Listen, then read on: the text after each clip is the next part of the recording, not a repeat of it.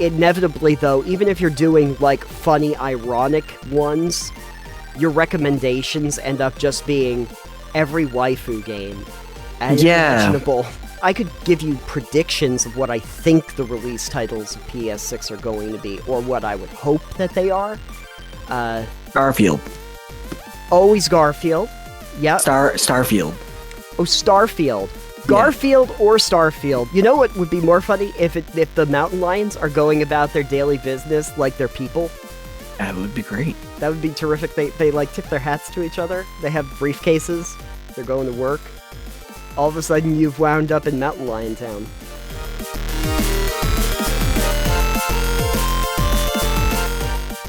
Alex, are you ready for some late breaking news? Late breaking news is the only news I know how to be ready for. That's right. If it was early breaking news, it certainly wouldn't be this show. I can tell you that. It would not be a show that I was entertained by. And you probably won't be entertained by this one. Hopefully, though, the folks out there will be. Oh, by the way, thank you for joining us here on Total Pebble Knockdown. I am Nathan. And I am Alex. And we have hot off the presses-ish stuff to talk to you about today. First thing that I wanted to discuss in a little bit of a weekly muse is that Epic has launched self-publishing tools, and it's going to be a little bit more competitive with Valve and Steam, it looks like. That is the hope. So for $100, the same fee Valve charges for Steam submissions, anyone can submit a game for inclusion in the Epic Games Store library. The system is similar to Steam Direct, which Valve introduced in 2018, which will probably result in Epic's library ballooning of the next year. And see, when I originally read that, my thought was, well, that just means that they're on par with Steam, right? Yeah. But there's more.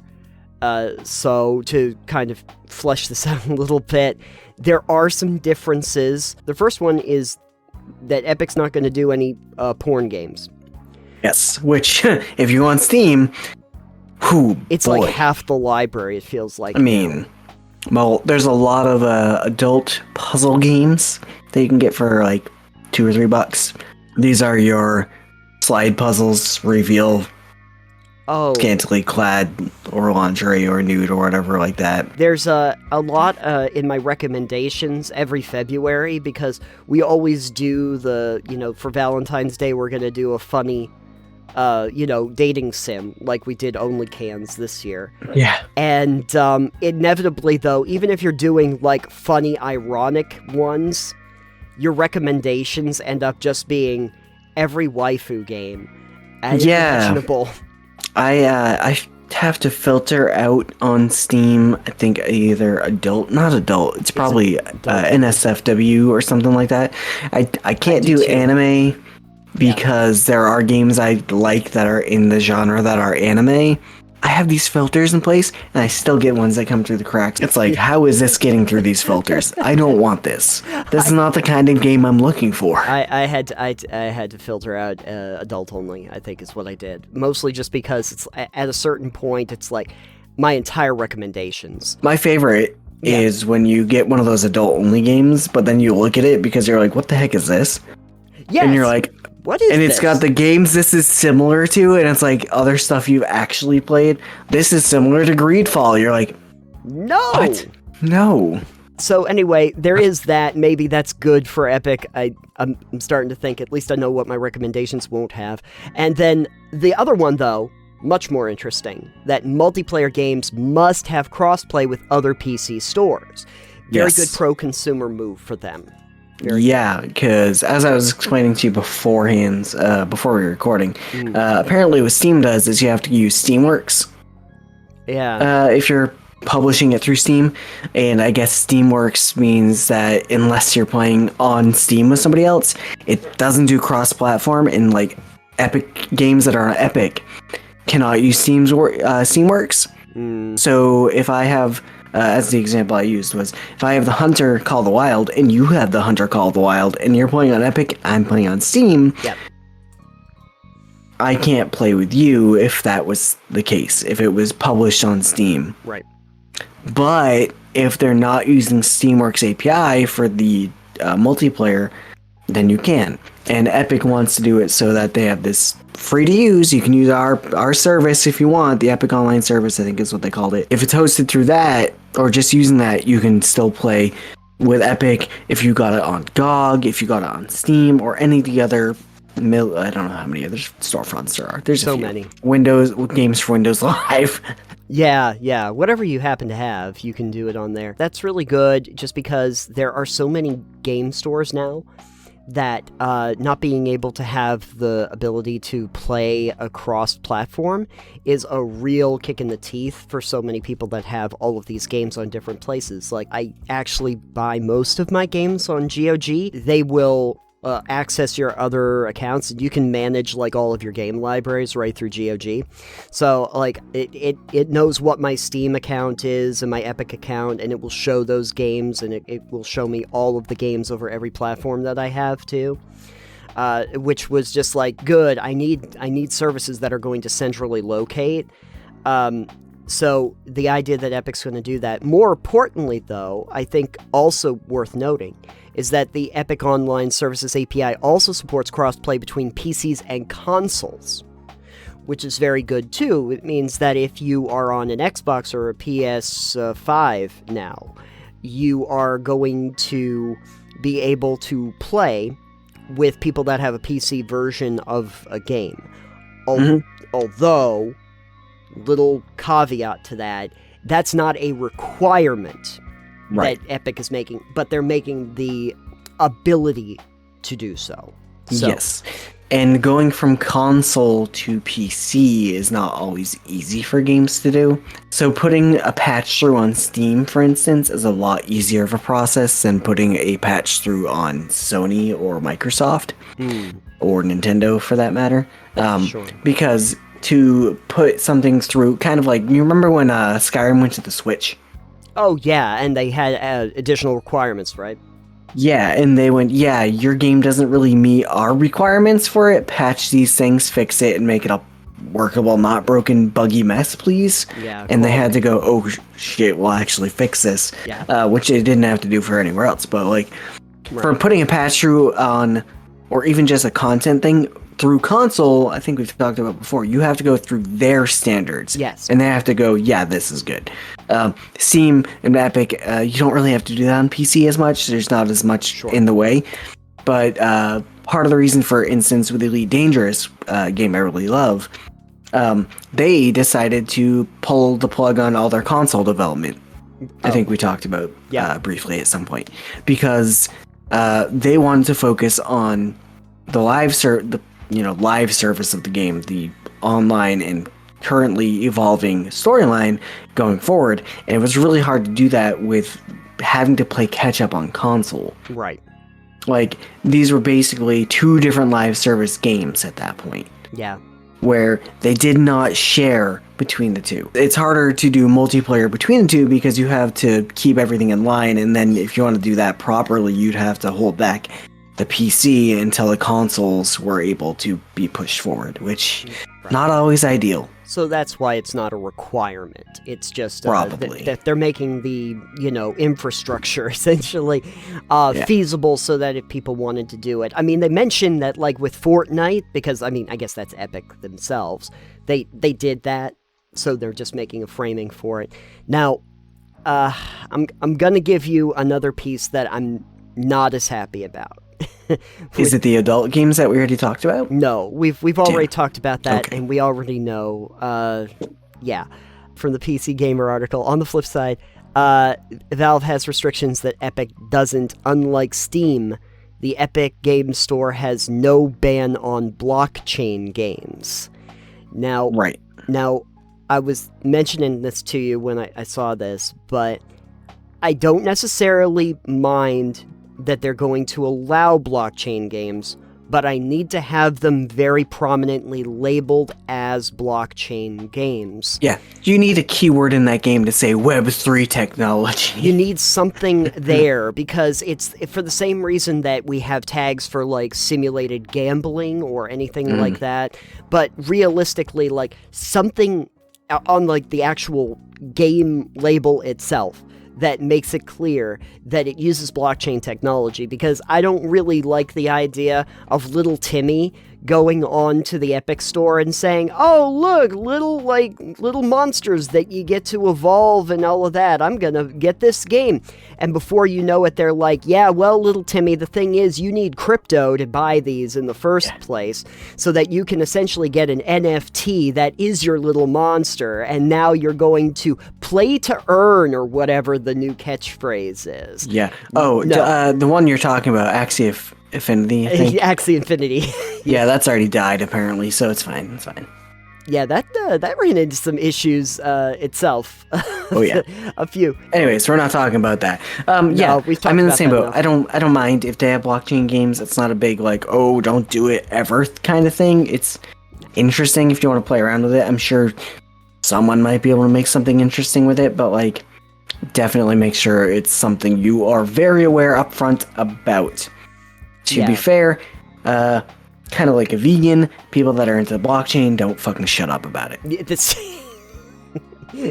I hear way too much from the crypto bros about blockchain, and I'm like, I've seen this before. I really don't need you to try and explain it to me again. I'm not buying the damn ape. Sorry.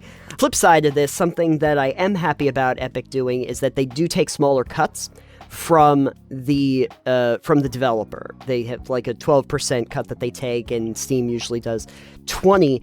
But now what they are... Well, I think they just lowered theirs to 20. I think it was higher. It was 30, if I remember correctly. I think so. Yeah, but still, Epic is at like 12. But the other thing that's interesting here is that Epic is going to allow developers to use their own payment processing for in-game transactions. I think they might be doing that right now. Bypasses Epic's revenue cut. Steam requires in-game transactions to use your Steam wallet. So basically, when you're doing microtransactions with your Steam games, they get a cut of all that too, because it's going through your Steam wallet. Epic's gonna bypass that completely, so that you can do microtransactions on your own accord, so they don't take a cut of that. In terms of pro dev house kind of development or publishing, that's great. That's great. It puts more money in the hands of the people that are making the games themselves, which is nice. Yeah, I appreciate that. So, good on Epic for doing that. There's pros and cons here, but I think overall it's pretty positive for people that are looking to develop games, that Epic is going to look more appealing to them. And we'll see what happens. But I think that they're right. It probably will mean more games on the platform, and Lord knows Epic could use them. What do all of you think? What are you excited about when it comes to Epic, Steam, or realistically, are you excited at all? Because it does seem like we have so many game stores to keep track of at this point. There's less than there were. I just hope that Epic does a better job implementing their storefront better, like the cart. For instance, I think you still can't add multiple things into the cart. I think they finally figured out how to do that, but it took them years. It took them years to figure out cart the friends technology. Thing. Oh, it's like I don't have a lot of games on. Actually, I have a ton of games on Epic, and I don't play like any of them. And it's like not that I play a lot of games with friends. Well, they do the free game a week. Yeah, they do the so I don't always get them. Right now, it's Call of the Sea. I probably won't pick it up. Why not? Because I probably won't ever play it. I think I saw you play it. I've played it. Yeah, I still picked it up. So I don't need... I played it vicariously through you. Exactly. Anyway, for anyone who was out there and was thinking about picking that up, I would say it's a recommend for me. It's a puzzle game. It looks really good. It's not particularly long. What do you use for a game service on your PC? Are you Steam? Are you an Epic? Are you one of those dastardly GOG people like me? What do you use? And why? Tell me about that in the comments. E2A.com. No. Don't do that. No. We do not accept that one. Sorry. Whole other deal. Hi, it's Nathan in Single Frame. How are you? So what we were going to do for this part of the show was talk about leaked information about the PS6 and when it was coming out. And even as we recorded the episode, I started to have a question over my head, because there were lots of different sources that were telling me different things. That it might be 2026, that it might be in 2028, and they were all seemingly using different kinds of interviews that they had with senior staff at Sony. And eventually, after we recorded and I was going back over all of this, I did a little bit more digging, and I found out that the leak, as it were, that they're discussing is an internal document from October 28th, 2022, discussing the possibility of a Microsoft Activision Blizzard merger and what that would mean. In this document that's like 22 pages long, there's like this one little section that seems to be what everybody's using for their information, and it has to do mostly with Call of Duty to explain timetables. There's two basic statements that you need to understand. The first one is that it states, Microsoft has offered to continue making Activision's games available on PlayStation only until 2027. Later on in that same paragraph, it states, by the time SIE, that's Sony Interactive Entertainment, launched the next generation of its PlayStation console, which is likely to occur around, and it's redacted, it would have lost access to Call of Duty and other Activision titles, making it extremely vulnerable to consumer switching and subsequent degradation of its competitiveness. So this seems to be what the big leak and the big release date thing is. That if, as this says, Microsoft has offered to make games available until 2027 from Activision, but Sony would have lost access to Call of Duty and other Activision titles by the time the next PlayStation console comes along, all that really tells us is that they're thinking that it's past 2027, which doesn't really give us much of a date. And so that's not a lot of information to go on, that, 2027 or later is apparently the release date that everybody's discussing. I'll probably have to dig into this document with far more detail to try and figure out if there's something else that I'm missing, but that seems to be what the outlets are referencing. But I'll play the conversation that we had after this, where we discussed more speculation about what we can expect on the PS6, but this appears to be the big leak everyone's discussing. Not exactly revelatory, I hate to tell you. And now, back to your regularly scheduled Total Pebble Knockdown. You think that the first launch title is going to be the new God of War game? I think the initial release title is probably going to have Sackboy.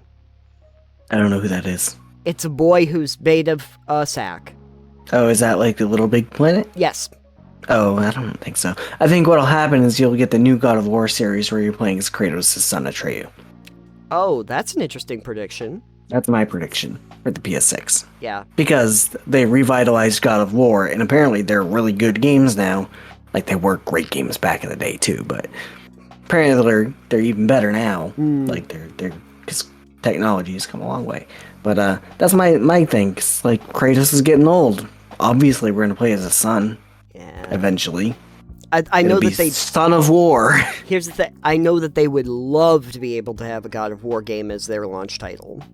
Oh, 100%. But realistically, have you noticed that a lot of the launch titles of the last generation or two have not been particularly impressive?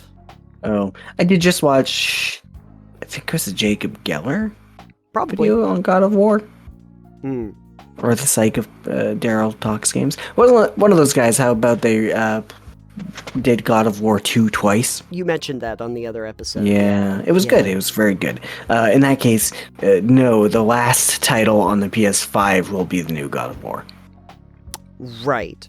And the reasoning they did that on God of War and God of War 2 was that it was at the end of the console's life cycle, and the team had developed for the that specific cycle for that entire period and had gotten to know that framework really well. And so instead of trying to get ready for a new console's framework and trying to figure that out, they've pushed as hard as they could against the limits of the console's hardware capabilities at the end of its life cycle because they knew best how to use it. That's like what they did with the newer God of War, but not Ragnarok, I guess, is for the PS4. But you can also play it on PS5. But on the PS4, they pushed as hard as they could against those hardware limitations to get the best God of War they could for that console. But also for PS5, it's even better. Here's something fun. I don't know if you know this. I don't. But you know that they made Fallout 3 twice as well. For the same reason? Totally different reason. Oh, okay. But I won't go into that right now. I think when I did the Fallout series for the Titanium Mine, I talked about it more. But at maybe at some point I'll dig into that and I'll tell you a little bit about that story. It's fascinating, actually. Okay. But at any rate, we're looking at what we would want for release titles, because like I could give you predictions of what I think the release titles of PS6 are going to be, or what I would hope that they are. Garfield. Always Garfield. Yeah. Starfield. Oh, Starfield. Garfield or Starfield. Those are both Star Citizen really will be the launch title on the PS6. Launch title, you heard it here first. It's going to be Star Citizen. You know what might end up being the kind of launch title that would also be a really good one? Would be Minecraft 2. Wow. Oh boy. Well, that's just going to be terrific. It's on Microsoft only, sorry. Yeah, it's going to be a thing for the next Xbox, if anything. But no. The next Horizon game. Oh, okay. If the next one, because I'm just thinking about time frames. Obviously, Skyrim Remastered finally comes out. Skyrim, this is the final rim to Sky, will be the... It'll be the 23rd edition of Skyrim. That being said, though, Elder Scrolls 6 might end up being a launch title for that. Who knows? Not for PlayStation, though. Not for Well, they could put it on PlayStation. Well, they could, but Microsoft owns Bethesda. Here's what they might do. New Spider-Man. There you go. Spider-Man 2. Electric Boogaloo. Webaloo. Let's think about this critically. While we're here. Nope. Fuck it. Let's think about this critically. Call of Duty. Well, that's yeah. Activision Blizzard, which is also owned by Microsoft. Never mind. Okay, so studios that Sony owns. Okay, we got Naughty Dog, we got Insomniac, we got Sucker Punch. Okay, it'll be those are three. It'll be Sonic Frontiers 2. Please don't. Okay, Sonic the movie, the game. Naughty Dog will probably want to do Last of Us Part 3. Great. That would be a big one. Insomniac. The Spider-Mans. Sure. Do Spider-Man. Anyways, I think we're getting away from the point of the segment. That's okay. And then Sucker Punch, Ghost of Tsushima 2. Cool. But anyway, are you out there excited for a PlayStation 6? Or have you kind of gotten away from consoles and are you part of the PC crowd now? Or do you just not game and you just listen to this because, I don't know. You live vicariously through us. I'm so sorry. I am so very sorry. I am so sorry for your loss. F in chat. F in the chat. X for doubt. Anyways, if you got your pre-order for the PS6 already, please let us know. And also, when you say you do, tell me why. Why? and what website you got that from, because we should check sources, please. Yes, absolutely. Okay. All right, Alex. So we have one more thing, and we are going to go back to our storytelling, brainstorming sort of game that we did a little while ago. Do you Brain game. Brain games, indeed. And the last time that we did this, we generated some random phrases for a quest storming session. And we had, it was in it's early phases. We didn't really exactly know what we wanted to do with it, and I generated 3 random phrases, and we had to make quests out of them based on those titles. Yes. This time, though, we're going to try something a little bit different. We're going to be looking at random sentence generators, and we're going to suggest that it gives us a few options, and we're going to pick the one we like the best out of those. Yes, and this is not just like quest, but it's like some sort of adventure hook. I generated 3 sentences on my end. I don't know how many you generated or not, but 27,000. you generate 27,000. Okay, you get to pick one of your sentences, and I'll pick one of mine, and we'll go from there. Sure.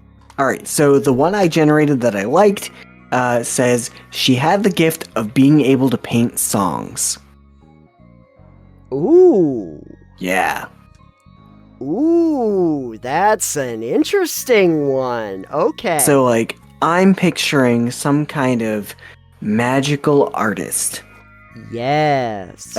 Perhaps it could be a siren, or painting a mental image, or there's basically, like, I'm thinking there's rumors of a wandering artist who has the ability to paint songs. Mm-hmm. And maybe the songs that they've been painting are like dirges of the dead or something. Oh, okay. I'm liking this. Or maybe she's an oracle, and maybe the songs she is painting are fortune telling about people's lives. Or maybe they sing and it comes out in like a visual form that you can see like a painting. Okay, I'm seeing how this gets to be kind of like your predicament that is going to have to get solved, too. Because you can imagine somebody who, every time they go to sing a song, ends up manifesting something in the real world that then, like, maybe they can't control.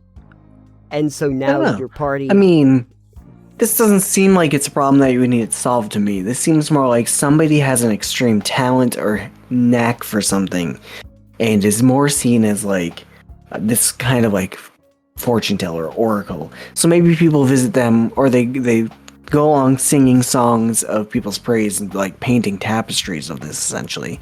So maybe they're more of an oddity, somebody to visit and be curious about in the world, rather than just a problem to be solved. So here's... Or perhaps maybe they've sung something and it's an omen of ill will, and you have this tapestry of something ill going to happen. See, you and I are thinking about the same thing, because I'm seeing how this can be an adventure hook, is that you go to the singing painter, or the paint singer. Yes. Well, that's what we're going with, I guess. You notice that there's a tapestry on the wall, and you're in it, or your party is in it, and it's something that has not happened. You've never seen this before. But here's a thought. The song painter, there we go, song painter, can only communicate in song. So anything that gets sung then becomes a tapestry all of its own. They probably don't talk all that often. No, they have to write down conversations, because otherwise there will be tapestries all over the place. On the side of buildings, it just splatters on any given surface that's available at the time. There you go. That's a good. So there's rumors of a paint singer, a woman who is cursed with the blessing, if you will, of being able to predict the future in song and art form. The issue is that anything that comes out of her mouth is a prophetic act that is cast onto canvas. Good. Or stone, perhaps. Whatever that canvas may be. Right. There you go. That's an adventure seed for our document. There you go. There you go. I have to type this up later. Type it up later. Somehow. Okay. Somebody, if you're listening, you can do it. Yeah. Dictate that back to us so we remember what we talked about. This is tricky. There's two on here that both have to do with lemonade. So I'm going to tell you what they are, and I'm gonna see which one you think is a better adventure hook. You help me. Oh, Okay. sure. The first one is, the llama couldn't resist trying the lemonade. Perfect. And We're talking about the poison for Cusco. But the second one, though, seems a Goes little poison. bit more adventure hooky. Even though it doesn't have the llama, it's the tart lemonade quenched her thirst, but not her longing. I don't like either of those. I don't know what to tell you. Roll again. No. Okay, so I have a third here. I have a third. Tell me if this one works. He learned the important lesson that a picnic at the beach on a windy day is a bad idea. Well, that's just how you get stabbed by, Yeah, you get stabbed by a flurry of knives in a windstorm. No, you get stabbed by umbrellas. Oh, the umbrellas are the knives, yeah. Yep. So the fun thing about the picnic at the beach is, for me, that adventure hook, even though it is lacking in lemonade, does feel like you could have your party wander across a beach and then realize that everything is destroyed because people went to a beach on a windy day and a flurry of knives came in and killed everybody. I think this is a weak adventure hook, but that's fine. It's not great, and that was out of 3. You want to go again? We're gonna get it. Maybe let's find a different one. Okay. You could always go with nudist colonies, shun fig leaf coocher. What? Yeah, I don't know. Here's what I'm gonna do. I'm gonna generate 5 sentences. I have to find something useful out of this. I do like this one, but not as an adventure hook, just as a thought. The furnace repairman indicated that the heating system was acting as an air conditioner. The miniature pet elephant became the envy of the neighborhood. You would feel this one, though.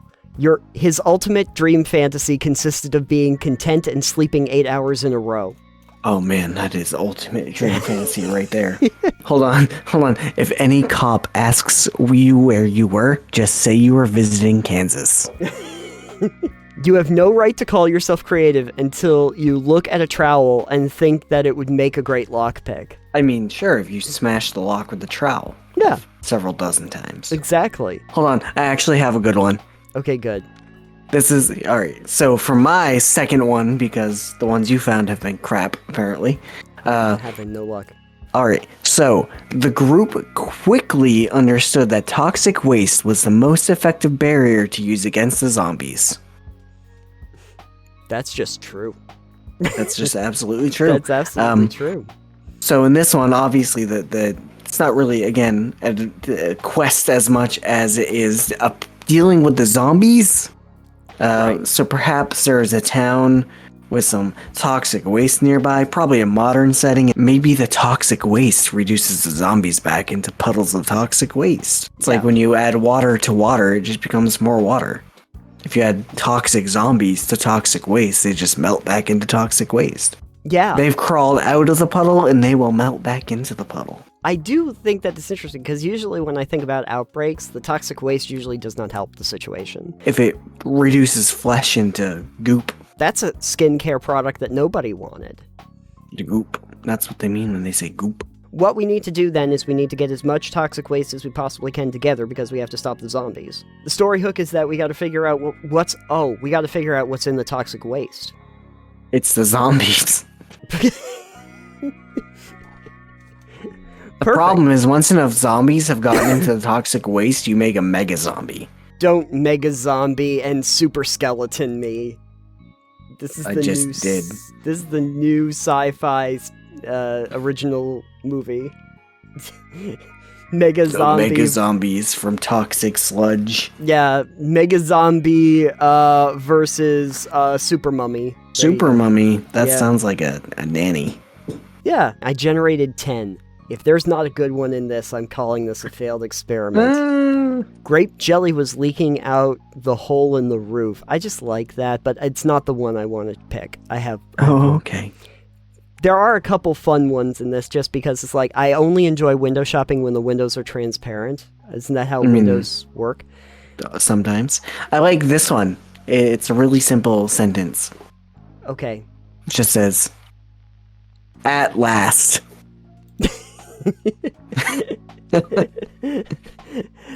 The first words of the last day of your life. Sorry, the last note on this one is 30 years later, she still thought it was okay to put the toilet paper roll under rather than over. The quest to find the missing and crazy person. This is your quest. Somebody put the roll of toilet paper under and not over. Your mission is to find them and kill this psychopath. 30 years later, you're still looking. Man. You've just been left with a trail of under and not over public waste, public restrooms. Yeah. Every establishment owner has cried and paid you to find and hunt down this psychopathic individual. I just love this sentence. I just want to share it with you. Acres of almond trees lined the interstate highway, which complemented the crazy driving nuts. Wow. That's just a pun. That's just dad joke. Yep. A badly worded one. Yeah. This one's decent. It was difficult for Mary to admit that most of her workout consisted of exercising poor judgment. That's pretty much every adventure party. Here's another real one if you want it. Also, the opportunity of a lifetime passed before him as he tried to decide between a cone or a cup. I assume of ice cream. Oh, so you start off your adventure in an ice cream parlor. You know, I do have to say that ice cream parlors are underutilized as a setting for RPGs. Screw the inn, screw the tavern, ice cream parlor. Ice cream parlor. It's harder to set on fire. Not really, but that's fine. Anyways, tell me your real one. Okay, I'll just tell you one other thing before I give you the real one, but this is funny. I've always wanted to go to Tajikistan, but my cat would miss me. Okay. But anyway, here's one we can actually work with. Out of 10, I generated 10 of these. One of them we can work with. He went on a whiskey diet and immediately lost 3 days. That sounds more realistic than anything. You've gone to the bar. You're drowning your sorrows. You wake up 3 days later, and it's The Hangover. It's just The Hangover. It's the plot of the movie The Hangover. And there's a tiger, and you've got a face tattoo. I think, though, that it would be a little bit more interesting if you did this more as like almost a film noir kind of mood. You run across a guy who looks like he might be an investigator of some kind, and he's unconscious in a back alley or something. And he's got information in a file, but there's pages missing from it. And you don't know what those are. And you get him back up, and the party can talk to him and ask him questions about, like, what happened to you. And he asks what the day is, and you tell him that it's like 3 days later, and he doesn't know what happened to that time. And you have to, like, help him retrace his steps and figure out what that data is and help him solve the mystery that has obviously taken a turn for the worse for him. That actually might be something that you could toy around with as an adventure hook. Perhaps. I don't really recommend a whiskey diet, though, just for the record. Yeah, same. Would you like another good one from me? Yeah, because mine sucks. Mine all apparently We're using the same generator, mind you. Yeah, we're using the same thing. So here's the seed, this hook. It said he knew it was going to be a bad day when he saw mountain lions roaming the streets. It always is. Yep. So this one is your party wakes up in a camper in town and finds the town deserted, but boy, there's an awful lot of large, I guess in this case, dire cats, dire lions. Oh, you can do a modern set. You can do a modern realistic setting. Sure, you can do an I Am Legend setting. You can do an I Am Legend setting. Imagine you're doing a contemporary setting. Mountain lions work. You know what would be more funny? If the mountain lions are going about their daily business like they're people. That would be great. That would be terrific. They like tip their hats to each other. They have briefcases. They're going to work. All of a sudden you've wound up in Mountain Lion Town. And you try to figure out why the people are gone and the mountain lions are there, but you can't speak mountain lion. Yeah, that's an issue. Yeah. And they only talk in mountain lion. Mountain lion is a hard one. Oh, that's really good. Did you take a Berlitz course? No, I don't know what that is. Okay. Anyway, that was really good mountain lioning. I appreciate that. I have a really great one too. Okay. We're just sharing great things now. This segment has gone to shit. You're welcome. It was always dangerous to drive with him since he insisted the safety cones were a slalom course. I love that this isn't even a sentence. On each full moon. That's what it gave me. On At each last. full moon. There's no period. It's just there's no on period on each... the at last either. Yeah, that's just an open-ended. You'll see a rainbow bridge after it rains cats and dogs. The sky is clear, the stars are twinkling. That is just a great sentence. It's so true. There are no heroes in a punk rock band. Oh, it's the drummer always. This one is great. I just read it and I was like, it comes up on you fast. Wait. He spiked his hair green to support his iguana. That tracks. That's excellent. I don't like that this random sentence generator seems to only have a finite number of sentences. Because I got the Acres of Almond Trees one and this one about a portable dog wash again. Here's a good one, though. I never knew what hardship looked like until it started raining bowling balls. Yeah, that tracks. Hope you had a good healthcare plan. Wow. I feel like this is on a 4chan somewhere. She can live her life however she wants as long as she listens to what I have to say. I have one more if you'd like to end this on an absurd note. Great. So I just want to give everyone a piece of advice instead of an adventure quest for this last one, and it is to pair your designer cowboy hat with scuba gear for a memorable occasion. It's always a good idea.